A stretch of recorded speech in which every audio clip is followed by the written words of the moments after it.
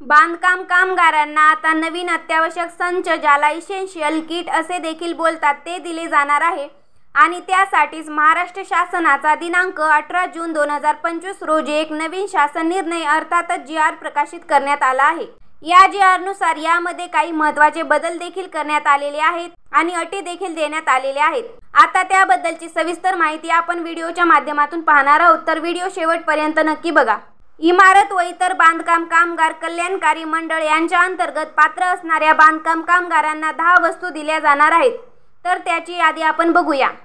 Number 1 पत्र्याची पेटी, number 2 प्लास्टिकची चटई, नंबर 3 धान्य साठवण 25 किलो क्षमता असणारी कोटी, नंबर 4 धान्य साठवण 22 किलो क्षमता असणारी देखील एक कोटी मिळणार आहे, नंबर 5 बेडशीट, नंबर 6 चादर, नंबर 7 साखर ठेवण्यासाठी 1 किलो क्षमता असणारा डब्बा देखील मिळणार आहे, नंबर 8 ब्लँकेट देखील मिळणार आहे, नंबर 9 चहा पावडर ठेवण्यासाठी अर्धा किलो क्षमतेचा डब्बा देखील मिळणार आहे, नंबर 10 वॉटर प्युरिफायर देखील मिळणार आहे।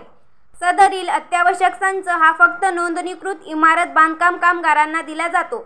यासाठी पुरवठ्याचा खर्च मंडळाकडील जमा उपकर निधीमधून भागवण्यात यावा असे देखील शासन निर्णयामध्ये नमूद करण्यात आलेले आहे।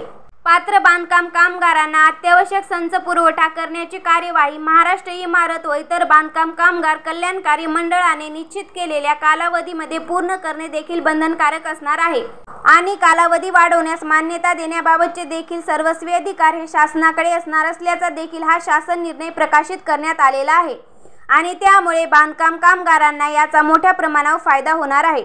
या योजनेसाठी तुम्ही तुमचा अर्ज करायचा आहे, त्यानंतर तुम्हाला सर्व आवश्यक कागदपत्राची पूर्तता करावी लागणार आहे आणि ही सर्व माहिती भरल्यानंतर तुम्हाला त्या ठिकाणी तुमच्या ग्रामपंचायत अंतर्गत ग्रामसेवकाकडून आणि ठेकेदाराकडून देखील काही कागदपत्राची पूर्तता करावी लागणार आहे आणि ते सर्व जमा केल्यानंतर तुम्हाला या योजनेमध्ये पात्र केले जाते।